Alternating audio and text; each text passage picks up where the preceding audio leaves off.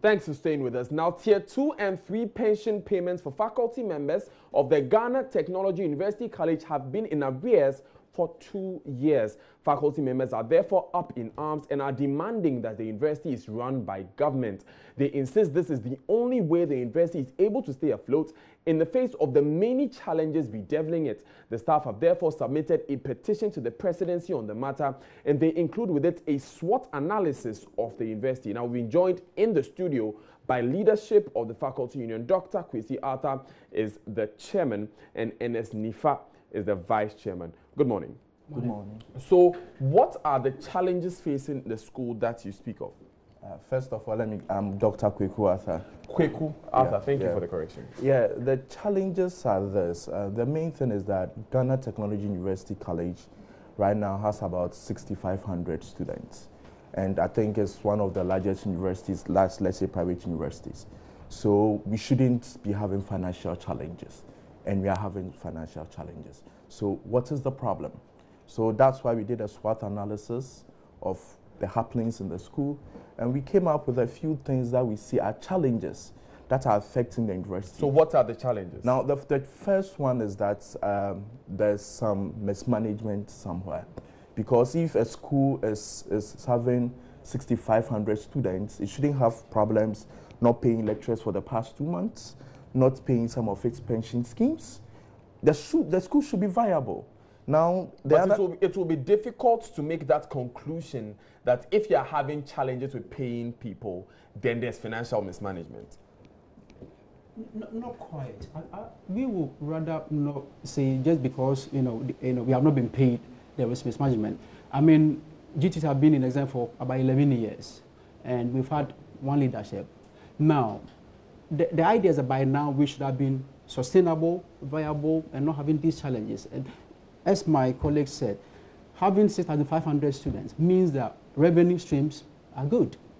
And so, therefore, we should not be having this challenge that two years, tiers 2 and 3 have not been paid.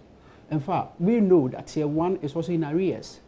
So, these things suggest that the university is in distress financially. And so, that's why we are calling on the government to intervene. Now, we know for a fact that GTUC is government-owned, but it's been run more or less privately. By who? By the leadership. Yeah, who appointed this leadership? Yes, government. I mean, I have to say that. So we want government to intervene, and then obviously if there is anything that they have to do to help us, I mean, whether or not they think they have to intervene management-wise, we are all for it. Yeah. What are some of these other challenges besides the financial challenges which you are speaking of? The next challenge is that, the university is 10 years. We are also asking government, just as he gave a fiat to the polytechnics by giving them charter, to also assist the school in chartering, because we pay a lot of affiliation costs to universities that drain on the finances of the school. Now, we're also proposing that the school should be run like the GIMPA model. In this model, the internally generated fund is used to pay staff, lecturers and other staff. Then the school comes in, the government comes in to help with infrastructure. So we are not asking government to directly come and manage the school. The GIMPA model works fine for us. So that is, the school management will run the school and government will come in and help with the infrastructure? Yes, and appoint a board that is, appoint a council that is representative of the whole school, because our previous board had members, appointees from the presidency, and only a management member, which is, it doesn't cut across. So this time the board should include membership from the GTUC Lecturers Association, membership from HRC, that's both senior membership and junior membership. Then there can be some sort of accountability. I mean, whatever is brought by management can be questioned by both junior members of the university and senior members of the university. I mean, if I have to add, what Chair is saying that as we speak, we don't have a council in place. So more or less everything is dictated by management. And so these are some of the challenges. If it's government owned, then obviously it means, and if council is appointed by government, then it means that they have to intervene because they have a stake. They have a serious stake in GTUC. But what you are asking for is not a change in management. You are asking for government to invest infrastructure in the school and to appoint a council. I mean, it is exactly what they see fit. I mean, we cannot call for changing management. I mean, but it's interesting because what you are saying is the cause of the problems facing the school is mismanagement. I mean, Daniel, you know as well as I do, if any institution is facing challenges, in most jurisdictions, first and foremost, leadership must be looked at. But we cannot, sitting here, say that there should be a change in management. It's up to government to decide because it is what? It is their university. Secondly, you'd see that we did a cursory SWOT analysis.